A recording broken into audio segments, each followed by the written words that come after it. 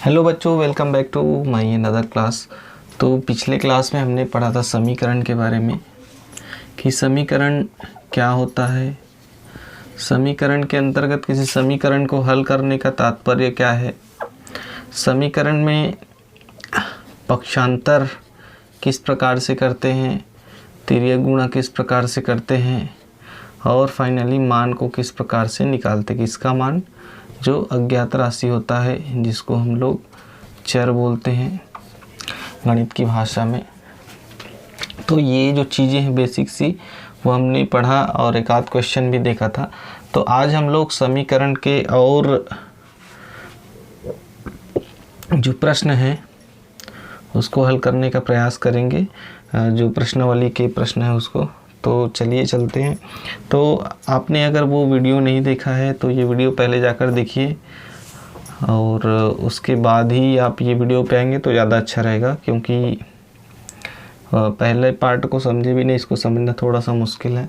तो चलिए चलते हैं। हमको आज पढ़ना है प्रश्नावली के प्रश्न।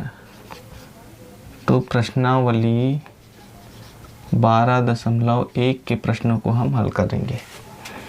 तो इसका हम करेंगे प्रश्न क्रमांक दूसरा। अच्छा, इसमें प्रश्न क्या कहता है कि समीकरण को हल कीजिए, समीकरण को हल कर उत्तर की जांच भी करना है। उत्तर की जांच, तो उत्तर की जांच कैसे करते हैं?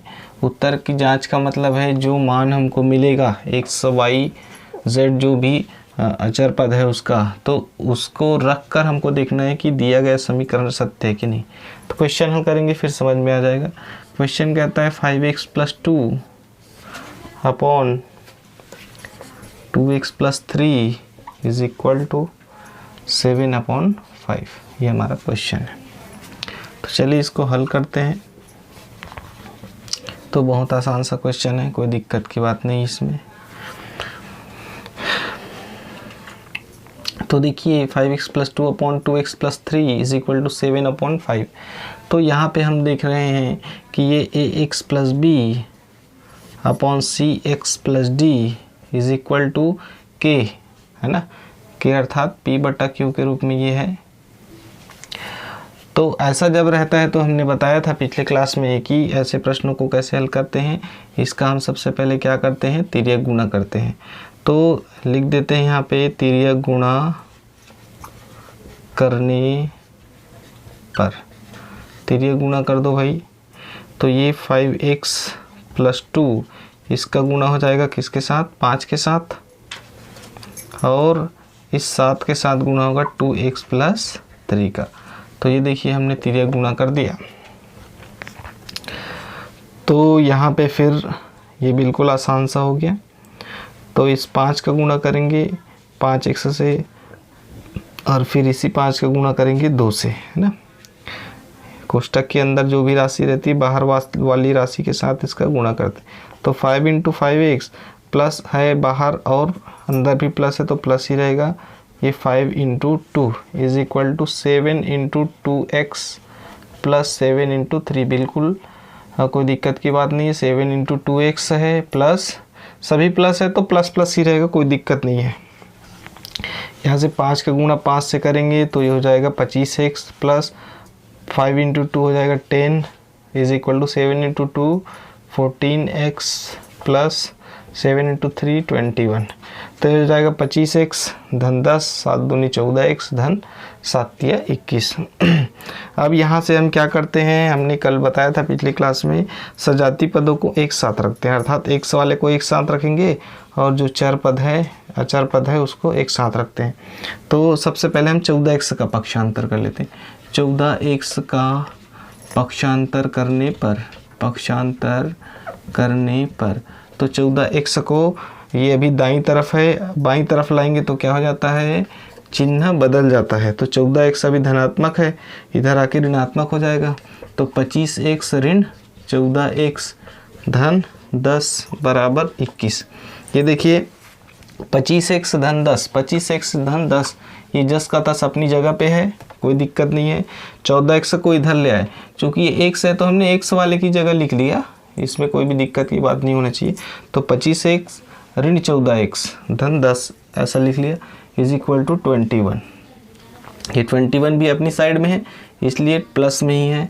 अब हम क्या करेंगे, 10 का पक्षांतर कर देंगे इधर, 10 का पक्षांतर करने पर ये हो जाएगा 25x minus 14x is equal to 21। 10 उधर जाएगा तो -10 हो जाएगा।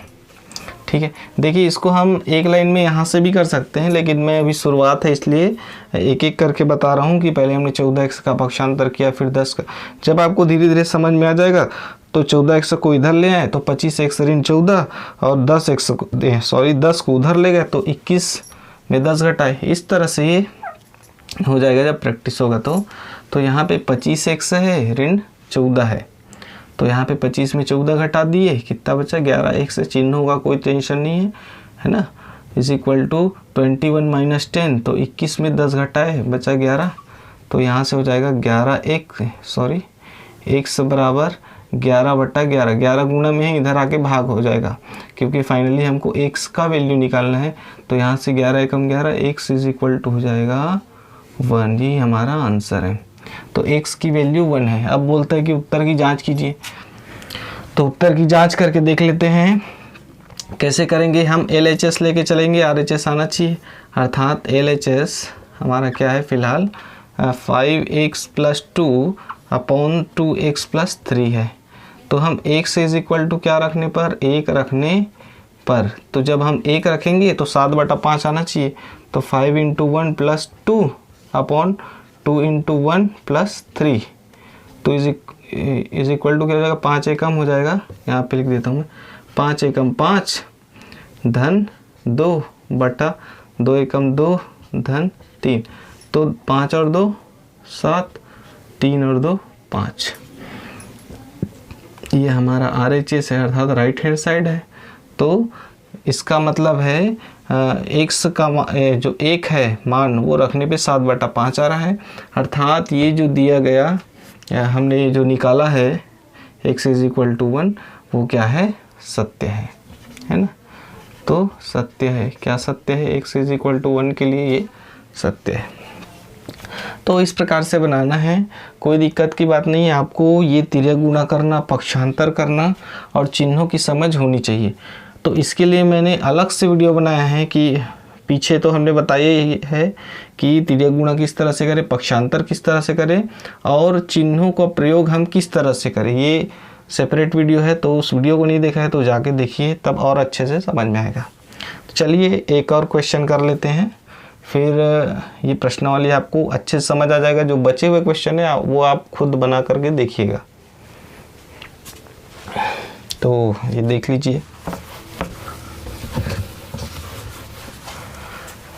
तो नेक्स्ट क्वेश्चन हम लोग ले लेते हैं 8, question number 8, 4x - x + 7 upon 3x - 5x - 9 is equal to 2/3। तो 4x ऋण x धन 7 है कोष्ठक के अंदर, 3x ऋण कोष्ठक के अंदर 5x ऋण 9 इज इक्वल टू 2/3, 2/3 है। इसको हमको सॉल्व करना है। तो यहाँ पे थोड़ा कोष्ठक वगैरह देके घुमाने की कोशिश की गई है, तो इसमें कोई दिक्कत की बात नहीं है। यहाँ पे हम पहले क्या करते हैं, कोष्ठक को ही हल करेंगे। अगर कोई जगह कोष्ठक है ना, तो सबसे पहले कोष्ठक को ही हल किया जाता है। तो 4x - x + 7 ब्रैकेट के अंदर है, 3x - 5x - 9 is equal to ये। तो हम करते हैं कोष्ठक को हल करते हैं। कोष्ठक को हल करने पर कर दीजिए भाई, 4x ये माइनस अंदर जाएगा तो -x हो जाएगा, ये माइनस और प्लस का मल्टीप्लिकेशन क्या होता है -7। हमने पहले से बता रखा है समान चिन्हों का गुणा धनात्मक, असमान चिन्हों का गुणा ऋणात्मक होता है। कोष्टक का मतलब होता है गुणा, इसके बाहर जो भी राशि है वो गुणा हो जाएगी। तो यहाँ पे माइनस अंदर जाएगा तो -5x हो जाएगा। माइनस और माइनस है, समान चिन्हों का गुणा होगा, ठीक है, समान चिन्हों का गुणा होगा तो माइनस माइनस हो जाएगा +9 = 2/3। यहाँ से हो जाएगा 4x में 1 से घटा दिए तो 3x हो जाएगा, ऋण 7 बटा 3x में 5x से घटा दिए 3x से 5x। यहाँ पे देखिए चिन्ह अलग अलग हैं, अलग अलग है तो हमने क्या बताया है कि डेफिनेटली बड़े में छोटा घटेगा, अर्थात 2x तो आएगा ही आएगा। अब चिन्ह की बात आती है तो बड़ी संख्या का चिन्ह लगता है, तो 5x का चिन्ह 3 और 5 में बड़ा कौन है 5 है, तो 5 का चिन्ह लगेगा तो ऋण आएगा, ठीक है। तो चिन्हों का नियम मैं बार बार बोल रहा हूँ, इसको समझना एकदम ज़रूरी है, इसलिए मैंने इसका अलग से ही वीडियो बनाया है। तो -2x + 9 = 2/3।